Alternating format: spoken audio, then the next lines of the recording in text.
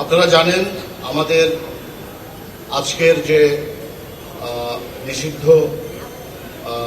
কার্যক্রম যে দলটি সেই দলের প্রতিষ্ঠাবার্ষিকী উপলক্ষে বিভিন্ন ঢাকা শহরের বিভিন্ন জায়গায় মিছিল বা সমাবেশ বা জমায়েত হওয়ার গোয়েন্দা রিপোর্ট আমাদের কাছে ছিল। সেই অনুযায়ী আমরা গত 3 দিন থেকে ঢাকা শহরের বিভিন্ন জায়গায়, বিশেষ করে আমাদের যে সমস্ত সীমান্তবর্তী যে সমস্ত এলাকাগুলো আছে সেগুলো সহ আমাদের যে চেকপোস্ট, সেই চেকপোস্টকে আমরা জোরদার করেছি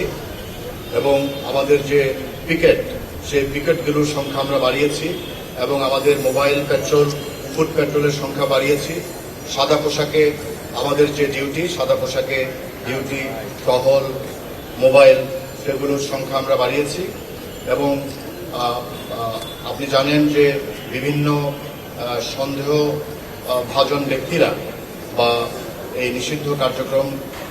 যে দলটি, সেই দলের কর্মীরা বা সমর্থকরা বা পদবিধারী যারা আছেন, তারা বিভিন্ন জায়গায় জড়ো হয়ে এই ধরনের মিছিল বা জমায়েতের সম্ভাবনার কথা বিবেচনায় রেখে আমরা প্রত্যেকটি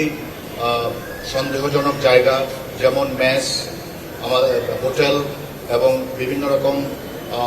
বিভিন্ন জায়গায় যেখানে তাদের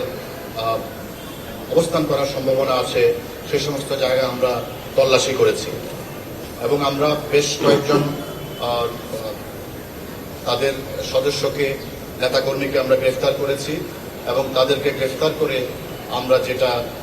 এখন পর্যন্ত আমাদের কাছে যেটা মনে হয়েছে, তারা আজকে মিছিল এবং সমাবেশ বা জমায়েত হওয়ার মাধ্যমে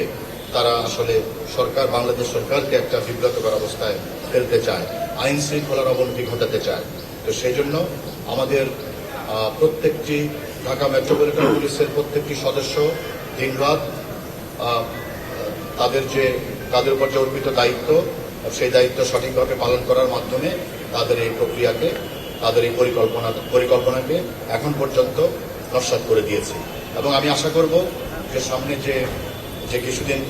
কিছু ঘন্টা সময় আছে, এই সময়ের মধ্যেও তারা কোথাও মিছিল বা সমাবেশ বা জমায়েত হতে পারবে না।